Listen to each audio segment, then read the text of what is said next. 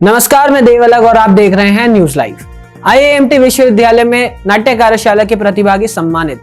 संस्कार भारती के संस्थापक बाबा योगेंद्र जी को अर्पित किए श्रद्धा सुमन। आईआईएमटी विश्वविद्यालय मेरठ के school of media film and television studies में आयोजित कार्यक्रम में संस्कार भारती के संस्थापक पद्मश्री बाबा योगेंद्र जी को पुण्यतिथि पर श्रद्धांजलि अर्पित की गई और नाट्य कार्यशाला के प्रतिभागियों को प्रमाण पत्र देकर सम्मानित किया गया। इस 7 दिवसीय कार्यशाला का आयोजन विगत 17 मई से 23 मई 2025 तक भारतेंदु नाट्य अकादमी, लखनऊ, संस्कार भारती मेरठ महानगर और आईआईएमटी विश्वविद्यालय के संयुक्त तत्वाधान में किया गया था। कार्यक्रम की अध्यक्षता करते हुए आईआईएमटी विश्वविद्यालय के प्रतिकुलाधिपति एवं संस्कार भारती मेरठ महानगर के अध्यक्ष डॉक्टर मयंक अग्रवाल ने कहा कि रंगमंच न केवल अभिव्यक्ति का माध्यम है, बल्कि ये छात्रों के व्यक्तित्व विकास में भी सहायक होता है। कला साधना को राष्ट्र साधना का स्वरूप देने वाले बाबा योगेंद्र जी आज भी हमारे लिए प्रेरणा के स्तंभ हैं। मुख्य अतिथि संगीत नाटक अकादमी उत्तर प्रदेश के सदस्य भारत भूषण शर्मा ने कहा कि रंगमंच के माध्यम से सामाजिक और सांस्कृतिक मूल्यों को प्रभावी रूप से प्रस्तुत किया जा सकता है। उन्होंने बाबा योगेंद्र जी को याद करते हुए कहा कि वे संस्कारों की भावना से ओतप्रोत कला को समाज सेवा का माध्यम बनाने वाले योग दृष्टा थे। इस अवसर पर प्राच्य कला धरोहर संस्कार भारती मेरठ प्रांत के संयोजक शीलवर्धन अनिल शर्मा, मंचीय कला संयोजक संस्कार भारती मेरठ महानगर ने भी विचार व्यक्त किए। यूपी में आज से 10 दिवसीय विकसित भारत महाअभियान शुरू, जिलों में होंगे प्रबुद्ध समागम। केंद्र सरकार के 11 वर्ष पूरे होने के मौके पर आज से 21 जून तक प्रदेश व्यापी अभियान शुरू किया गया है। यह अभियान विकसित भारत का अमृतकाल एवं सेवा, सुशासन और गरीब कल्याण के 11 वर्षों पर केंद्रित होगा।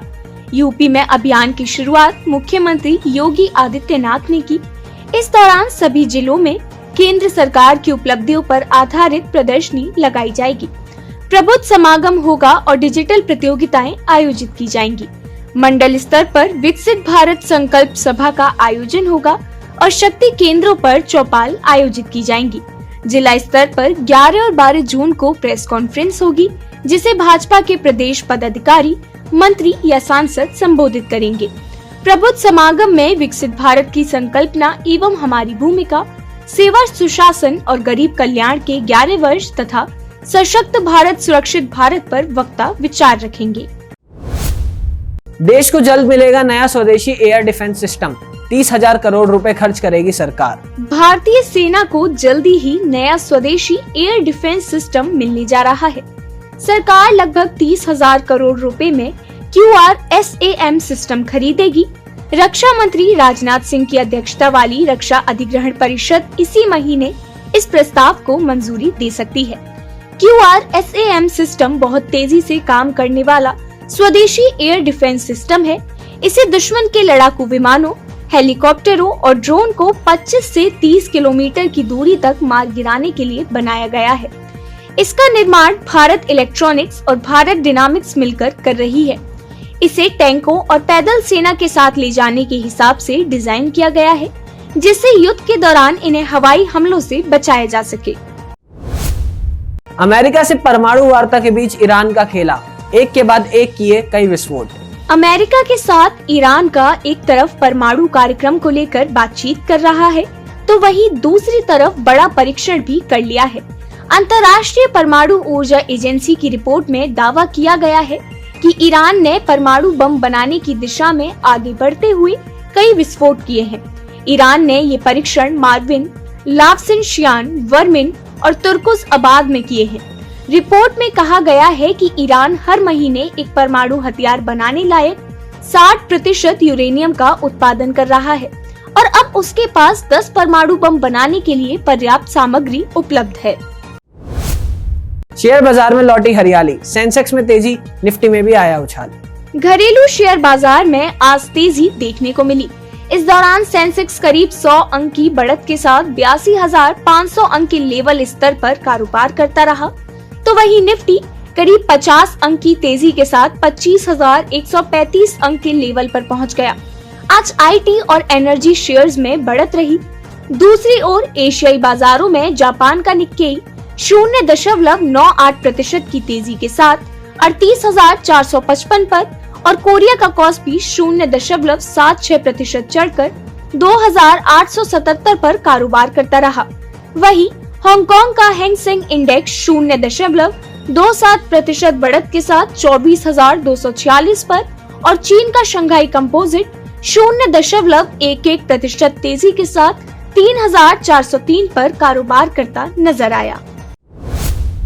सराफा बाजार में उतार चढ़ाव के बीच सस्ता हुआ सोना, चांदी ने पकड़ी तेजी। सराफा बाजार में लगातार तीसरे दिन सोने की कीमत में गिरावट नजर आई। आज 10 ग्राम 24 कैरेट सोना 450 रुपए सस्ता हो गया और दिल्ली में इसका रेट 97,730 रुपए और मुंबई में 97,580 रुपए प्रति 10 ग्राम दर्ज किया गया।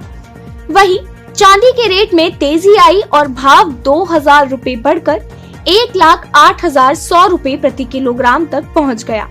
आधिकारिक वेबसाइट iBazaarRates.com के अनुसार 999 शुद्धता के सोने का रेट 96,006 रुपए प्रति 10 ग्राम और 995 शुद्धता के सोने का भाव 95,622 रुपए प्रति 10 ग्राम रिकॉर्ड किया गया।